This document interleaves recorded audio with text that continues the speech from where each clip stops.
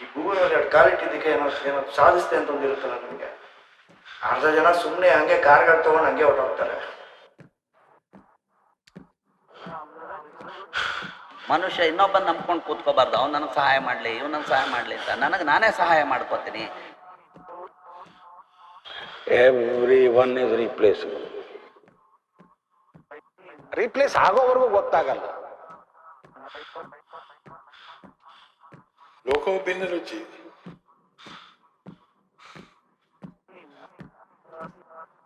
ನೀನು ಅಂದೋನ್ನ ನಾಳೆ ನೀನೇ ಬಂದು ನನಗೆ ಅಯ್ಯೋ ಚೆನ್ನಾಗಿತ್ತು ಸರ್ ಅನ್ನೋಂಥ ಕಾಲ ಬರುತ್ತೆ.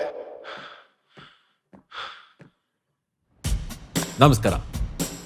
ಇದು ನನ್ನೂರು ಬೆಂಗಳೂರು. ಬನಶಂಕರಿ, ಬಸವನಗುಡಿ, ಜಯನಗರದಲ್ಲಿ ಬೆಳೆದ ಹುಡುಗ ನಾನು ಓದಿದ ನ್ಯಾಷನಲ್ ಹೈಸ್ಕೂಲ್. ಇದು ನಮ್ಮ ಸ್ಕೂಲ್ ಗ್ರೌಂಡ್. ಇದು ನಮ್ಮ ಬನಶಂಕರಿ ಪಾರ್ಕ್. ಅದ್ರ ಎದುರಿಗೆ ಇರೋ SLVಗೆ ಹೋಗಿ ಬಿಸಿ ಇಡ್ಲಿ ವಡೆ ತಿಂದು ಒಂದು ಕಾಫಿ ಕುಡಿದು ಒಂದಿಷ್ಟು ಹರಟೆ ಹೊಡೆದು ವಾದ ಮಾಡಿ ನಕ್ಕೊಂಡು ಬೆಳೆದಿರೋ ಒಬ್ಬ ಮಿಡಲ್ ಕ್ಲಾಸ್ ಹುಡುಗ ನಾನು. ಎನ್ನಡ ಎಕ್ಕಡ ಕನ್ನಡ ಕೇಳಿ ಮಾತಾಡಿ ಬೆಳೆದವನು. ಈಗ ಭಯ್ಯ ಚೇಟಗಳ ಜೊತೆ ಕೆಲಸ ಮಾಡ್ತಿರೋನು. ಇವ್ರನ್ನೆಲ್ಲ ನಕ್ಕು ನೆಲೆಸಿ ಎಂಟರ್ಟೈನ್ ಮಾಡೋ ಒಬ್ಬ ಕಲಾವಿದ ನಾನು. I am a performer. ಜನ ಚಪ್ಪಾಳೆ ಹೊಡೆದ್ರೇನೆ ಹೊಟ್ಟೆ ತುಂಬೋದು, ಲೈಕ್ಗಳು ಶೇರ್ಗಳು ಮಾಡಿದ್ರೇನೆ ಪಾಪ್ಯುಲರ್ ಆಗೋದು. ನಿಮಗೆ ನನ್ನ ಕತೆ ಹೇಳಬೇಕು ಅಂದ್ರೆ ನನ್ನ ಸ್ಟೋರಿನಲ್ಲಿ ಒಬ್ಬ ಇಂಪಾರ್ಟೆಂಟ್ ಕ್ಯಾರೆಕ್ಟರ್ ಇದ್ದಾನೆ. ಇವನೇ ಅವನು. ಇವನಿಗೆ ನಾನು ಕೊಟ್ಟಿರೋ ಹೆಸರು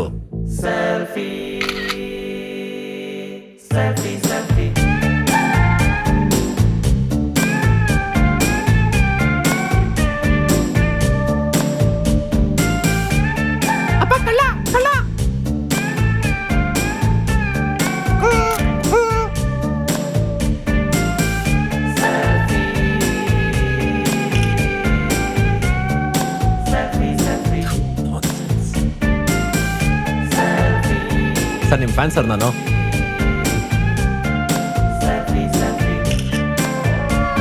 ಒಂದು ಫೋಟೋ ಕಣ.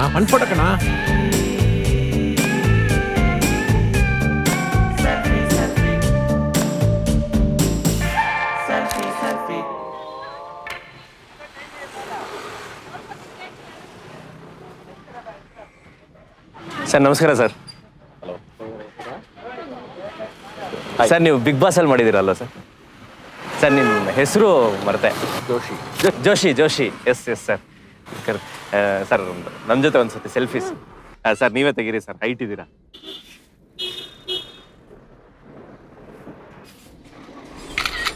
Thank you sir. Thank you so much sir. Thank you sir. ಒಂದು ಪ್ರಶ್ನೆ ಇತ್ತು. ನೀವು ಬಿಗ್ ಬಾಸ್ ಅಲ್ಲಿ ಮಾಡಿದ್ದೀರಲ್ಲ, ಅದೆಲ್ಲ ಸ್ಕ್ರಿಪ್ಟೆಡಾ ಸರ್? ಸರ್ ಇದು ಸಿಗರೇಟ್ ಎಲ್ಲ ಕೊಡ್ತಾರೆ ಅಲ್ಲಿ ನನ್ನ ಫ್ರೆಂಡ್ ಹೇಳ್ದ ನನಗೆ, ಸಿಗರೇಟ್ ಎಲ್ಲ ಕೊಡ್ತಾರೆ ಅಂತ. ಹೌದಾ, ನಿಜನಾ ಸರ್? ಡ್ರಿಂಕ್ಸ್ ಅಲ್ಲ, ಅದನ್ನು ಅವ್ನು ಕೇಳ್ದೆ, ಅದಕ್ಕೋಸ್ಕರ ಇದೆ ಸರ್. ಇದು ಪೇಮೆಂಟ್ ಎಲ್ಲ ಹೆಂಗೆ ಸರ್ ಅಲ್ಲಿ? ಏನು ಸರ್ ದಪ್ಪ ಆಗೋಗ್ಬಿಟ್ಟಿದ್ದೀರಾ ಸರ್? ನೀವು ಮದುವೆ ಆಗಿದೆ ಸರ್? ಇದು ಗರ್ಲ್ ಫ್ರೆಂಡ್ಸ್ ಆದ್ರೂ ಇರ್ತಾರೆ ಅಂತ, ಮದುವೆ ಆಗಿಲ್ಲ ಅಂದರೆ. ಸರ್ ಈ ಆ್ಯಕ್ಟಿಂಗ್ ಸೇರ್ಕೋಬೇಕಾದ್ರೆ ನಾವು ದುಡ್ಡು ಕೊಟ್ಟು ಸೇರ್ಕೋಬೇಕು ಅಥವಾ ಅವರೇ ನಮಗೆ ದುಡ್ಡು ಕೊಡ್ತಾರಾ ಸರ್ ಸೇರಿದ್ಮೇಲೆ? ಈ ಥರ ಪ್ರಶ್ನೆಗಳಿಗೆ ಉತ್ತರ ಕೊಟ್ಟು ನಂಗೆ ಸಾಕಾಗೋಗಿದೆ. ಅದಕ್ಕೆ ಯಾರು ಬೇಡ ಅಂತ ನಮ್ಮೂರನ್ನ ಬಿಟ್ಟು ತುಂಬ ದೂರ ಬಂದಿದ್ದೀನಿ. ಒಂದು ಹೊಸ ಗುರಿನ ಬೆನ್ನು ಹತ್ತಿದ್ದೀನಿ.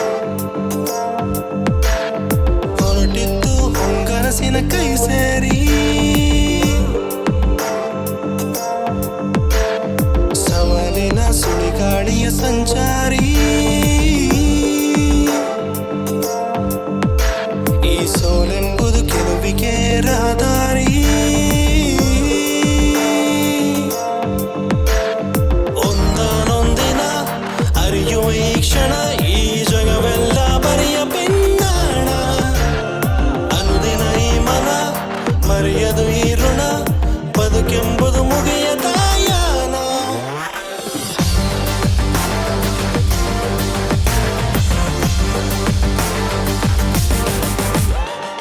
ಅನುಮಾನ ಅವಮಾನದ ಭಂಡಾರಿ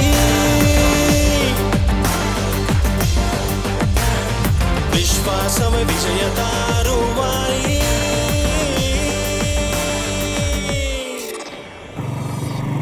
ಪಕ್ಕಾ ಸಿಟಿನಲ್ಲಿ ಬೆಳೆದಿರೋ ಹುಡುಗ ನಾನು. ಟ್ರಾವೆಲಿಂಗ್ ನನಗೆ ಹೊಸ ಐಡಿಯಾಗಳನ್ನ ಕೊಡುತ್ತೆ.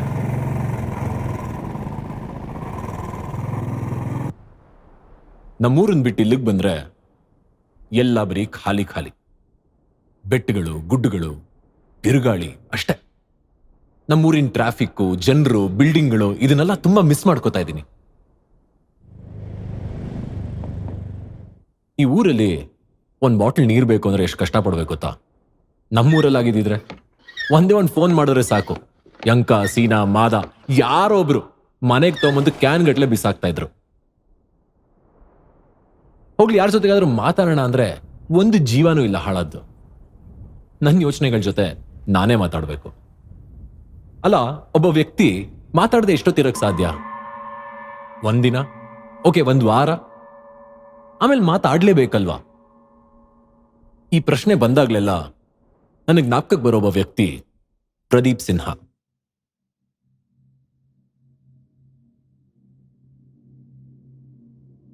ಮಾತು ಮನ್ಸುಗಳನ್ನ ಮುರಿಬೋದು, ಮಾತು ಒಂದ್ ದೇಶನ್ ಬೇಕಾದ್ರೂ ಕಟ್ಬೋದು, ಮಾತು ಬಲ್ಲವನಿಗೆ ಜಗಳವಿಲ್ಲ ಅಂತಾರೆ. ಆದ್ರೆ ಮಾತೇ ಬರೆದವನ್ಗೆ ಜೀವನ ಹೆಂಗೆ ಅನ್ನೋ ಒಂದು ಪ್ರಶ್ನೆ ನನ್ನನ್ನು ಕಾಡ್ತಾ ಇತ್ತು. No sound, no expression, just touch. ಸ್ಪರ್ಶದಲ್ಲೇ ತನ್ನ ಮಾತು, ಕಮ್ಯುನಿಕೇಶನ್ ಎಲ್ಲ. ಪ್ರದೀಪ್ಗೆ ಕಣ್ಣು ಕಾಣಿಸಲ್ಲ, ಕಿವಿನೂ ಕೇಳಿಸಲ್ಲ. ಈ ಥರದ ಒಬ್ಬ ವ್ಯಕ್ತಿ ಜಗತ್ತಿನ ಜೊತೆಗೆ ಹೇಗೆ ಇಂಟ್ರಾಕ್ಟ್ ಮಾಡ್ತಾನೆ, ಹೇಗೆ ಮಾತಾಡ್ತಾನೆ?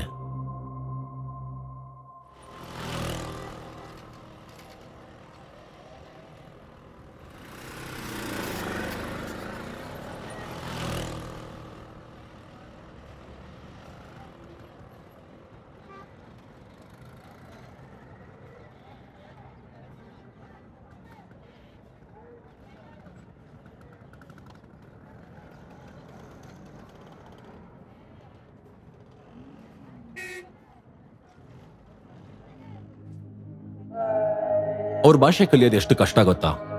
ಸುಮಾರು 7 ವರ್ಷ ಬೇಕದನ್ನು ಕಲಿಯಕ್ಕೆ. ಪ್ರದೀಪ್ ಒಂದು MNC ನಲ್ಲಿ ಕೆಲಸ ಮಾಡ್ತಾರೆ. ಒಬ್ಬ ಡಬಲ್ ಡಿಗ್ರಿ ಗ್ರಾಜ್ಯುಯೇಟ್.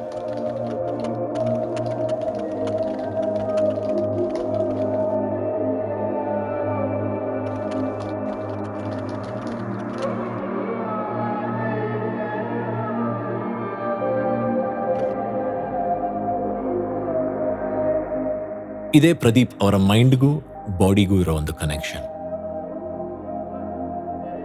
ಪ್ರದೀಪ್ ನಂತರ ಸುಮಾರು ಜನರನ್ನ ಇನ್ಸ್ಪೈರ್ ಮಾಡಿದ್ದಾರೆ. ಅದಕ್ಕೆ ಅವ್ರಿಗೆ ಸಿಕ್ಕಿರುವ ಗೌರವ ಹೆಲೆನ್ ಕೆಲ್ಲರ್ ಅವಾರ್ಡ್. ವಾಸನೆ ನೋಡಿ ಜಾಗನ ಕಂಡು ಹಿಡಿತಾರೆ, ಮುಟ್ಟಿ ವ್ಯಕ್ತಿ ಯಾರು ಅಂತ ಹೇಳ್ತಾರೆ.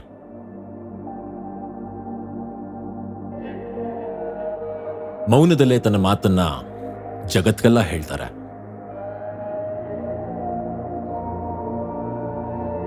ಮಾತಾಡ್ ನಾವೇನ್ ಸಾಧನೆ ಮಾಡಿದೀವಿ ಅಂತ ಯೋಚನೆ ಮಾಡಿದಾಗ್ಲೆಲ್ಲ ನನಗೆ ಮಾತಿಲ್ಲದ ಪ್ರದೀಪ್ ಅವರ ಸಾಧನೆ ಮುಖದ ಮುಂದೆ ಬಂದಿಲ್ಲತ್ತೆ. ಮಾತಿಲ್ಲದೆ ಕೂಡ ಮೂಕನೊಬ್ಬನ ಕಥೆಯ ಲೋಕವೆಲ್ಲ ಕೇಳಿತಣ್ಣ ಅಂತ ಹೇಳ್ತಾರೆ. ಈ ಸಾಲನ್ನ ಮನಸ್ಸಲ್ಲಿ ಯೋಚನೆ ಮಾಡಿದಾಗ Pradeep is a perfect example. ಇದು ಮಾತಿಲ್ದಿರೋ ಪ್ರದೀಪ್ ಅವರ ಜಗತ್ತು. ಬನ್ನಿ, ಮಾತಿರೋ ನಮ್ ಜಗತ್ತಿಗೆ ವಾಪಸ್ ಹೋಗೋಣ.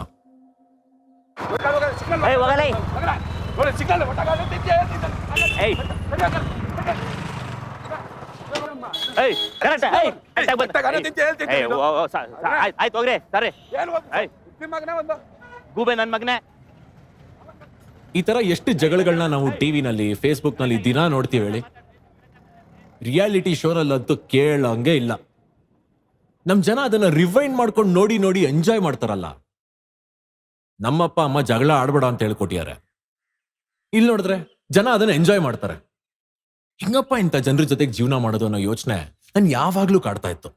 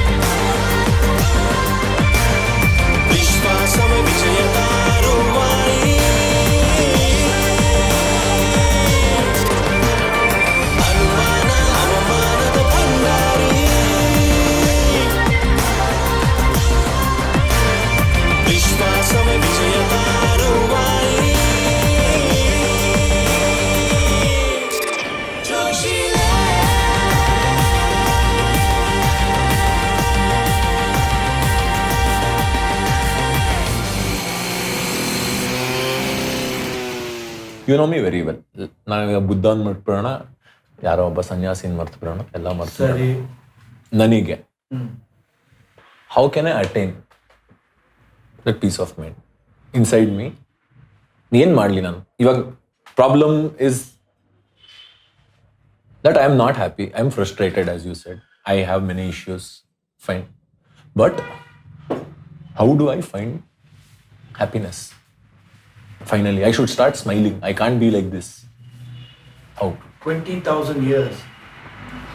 Brothers like younger brothers like you have been asking elder brothers like me the same question. And no fucker has got an answer thus far. Sikavade. It's a depth question. Various philosophers have told various things. But to cut it short, Very short. The longer you try to seek a goal, the longer your frustration will last. ಇನ್ನೊಂದು ಗುರಿ ಇಟ್ಕೊಂಡು ನೀನು ಏನೇ ಕೆಲಸ ಮಾಡಿದ್ರು ತಮ್ಮ, ನಿನ್ನ frustration ಕಡಿಮೆ ಆಗೋದೇ ಇಲ್ಲ. ಗುರಿ ಇರಬೇಕು. ಆ ಗುರಿ ರೀಚ್ ಆದ್ಮೇಲೂ ಇನ್ನೊಂದು ಗುರಿ ಸಿಗತ್ತೆ ನಿನಗೆ. ಕೊನೆನೇ ಇಲ್ಲ ಗುರಿಗೆ. ನಿನ್ನ ಕರ್ತವ್ಯನ, ನಿನ್ನ ಸಂತೋಷನ, ನಿನಗೇನು ಸಂತೋಷ ಸಿಗುತ್ತೆ ಅದನ್ನು ಮಾಡು. ನೀನು ಕಲಾವಿದ ಆದರೆ, ನೀನು ಒಳ್ಳೆ ಕಲಾವಿದ ಅಂತ ನಿನ್ನ ಮನ್ಸಿಗೆ ಅನ್ಸಿದ್ರೆ ನೀನು ಕಲಾವಿದನಾಗು. ಈ ರೆಕಗ್ನಿಷನ್ ಅಂತಿದೆಯಲ್ಲ, ಬೇಕು. ಅದು ಇಟ್ ಈಸ್ ಇಂಪಾರ್ಟೆಂಟ್. ಅದಕ್ಕೋಸ್ಕರ ಹೋಗೋಣ. ನಡಿ, ಜರ್ನಿನಲ್ಲಿ ನಡಿ, ಅದು ಆಟೋಮೆಟಿಕ್ ಆಗಿ ಬರುತ್ತೆ. ಅದಕ್ಕೋಸ್ಕರ ಹೋಗ್ಬೇಡ. ಅದಕ್ಕೋಸ್ಕರ ಹೋದ್ರೆ ಪರ್ಮನೆಂಟ್ ಫ್ರಸ್ಟ್ರೇಷನ್. ಪರ್ಮನೆಂಟ್. ಇವತ್ತು ರೆಕಗ್ನಿಷನ್ನು, ಲೋಕಲ್ ಟಿವಿಲಿ ಬಂದು ನ್ಯಾಷನಲ್ ಟಿವಿಲಿ ಬರಲಿಲ್ಲ, ಒಂದು ಫ್ರಸ್ಟ್ರೇಷನ್ನು.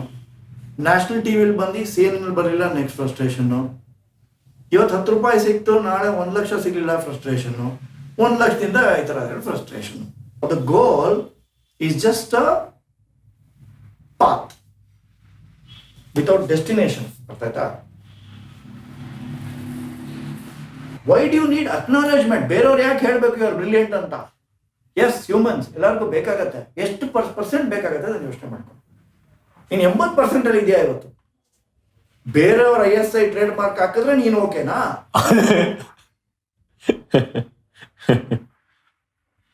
What happen to your journey?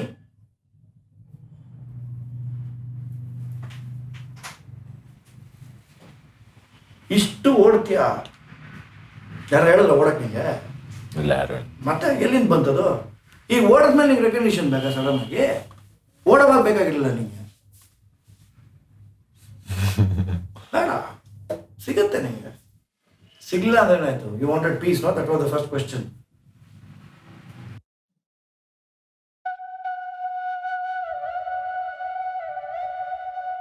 ನನಗೆ ಒಂದು ವಿಚಾರ ಅರ್ಥ ಆಯ್ತು.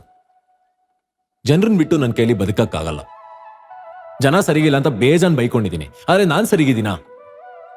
ಇದು ಬರೀ ಪ್ರಶ್ನೆ ಆಗಿ ಉಳಿಯುತ್ತೆ. ಆದ್ರೆ ಒಂದಂತೂ ಸತ್ಯ, ನಾವ್ ಏನ್ ನೋಡ್ತೀವೋ ಅದನ್ನ ನಾವು ಯೋಚಿಸ್ತೀವಿ. ಹಸ್ವಾದಾಗ ಯಾಕೆ ಬರೀ ಹೋಟೆಲ್ಗಳೇ ಕಾಣುತ್ತೆ? ದುಡ್ಡಿಲ್ದಿರುವಾಗ ಯಾಕೆ ಬರೀ ATMಗಳೇ ಕಾಣುತ್ತೆ? ಹಾಗೆ ನಮ್ ಸುತ್ತ ಇರೋ ಜನರಿಗೆ ಒಳ್ಳೇದು ಹೇಳಿದ್ರೆ ನಮಗೂ ಒಳ್ಳೇದೇ ಅಲ್ವಾ ಕಾಣೋದು? ಇದೇ ನಾನು ತಿಳ್ಕೊಂಡಿರೋ ಸತ್ಯ. ಬರೀ ಕ್ರೈಮು, ಸೆಕ್ಸು, ವಾಟ್ಸ್ಆಪ್ ಫಾರ್ವರ್ಡ್ಗಳು, ಪೊಲಿಟಿಕ್ಸು ಇದರಲ್ಲೇ ಕಳೆದು ಹೋಗ್ಬಿಟ್ಟಿದೀವಿ. ಅದಕ್ಕೆ ನಾನೊಂದನ್ನು ಡಿಸೈಡ್ ಮಾಡಿದ್ದೀನಿ. ಬೇರೆಯವ್ರನ್ನ ನೋಡಿ ನನ್ನ ಲೈಫನ್ನು ನಾನು ಜಡ್ಜ್ ಮಾಡ್ಕೊಳ್ಳೋದನ್ನ ನಿಲ್ಲಿಸ್ಬೇಕು. ನನ್ನ ಸುತ್ತ ನನ್ನ ಖುಷಿ ಪಡಿಸೋ, ನನ್ನ ಇನ್ಸ್ಪೈರ್ ಮಾಡೋ ಜನರನ್ನ ನಾನು ಕಟ್ಕೋಬೇಕು ಅಂತ ಆಸೆ ಪಡ್ತಾ ಇದ್ದೀನಿ. ಅದಕ್ಕೆ ಓಡ್ತಾ ಓಡ್ತಾ ನನ್ನ ತಲೆನಲ್ಲಿ ಓಡೋ ಒಂದಿಷ್ಟು ಕತೆಗಳನ್ನ ನಿಮ್ಗೆ ಹೇಳೋಣ ಅಂತ. ಇದ್ಯಾವುದು ನನ್ನ ಕತೆ ಅಲ್ಲ, ಇದು ನಿಮ್ ಕತೆ. ನಿಮ್ ಮೈಂಡ್ಗೂ ನಿಮ್ ಬಾಡಿಗೂ ಇರೋ ಒಂದು ಕನೆಕ್ಷನ್ ಕತೆ. ಆ ಕನೆಕ್ಷನ್ಗೆ ನಾನೊಂದು ಹೆಸರು ಕೊಟ್ಟಿದ್ದೀನಿ. ಆ ಹೆಸರೇ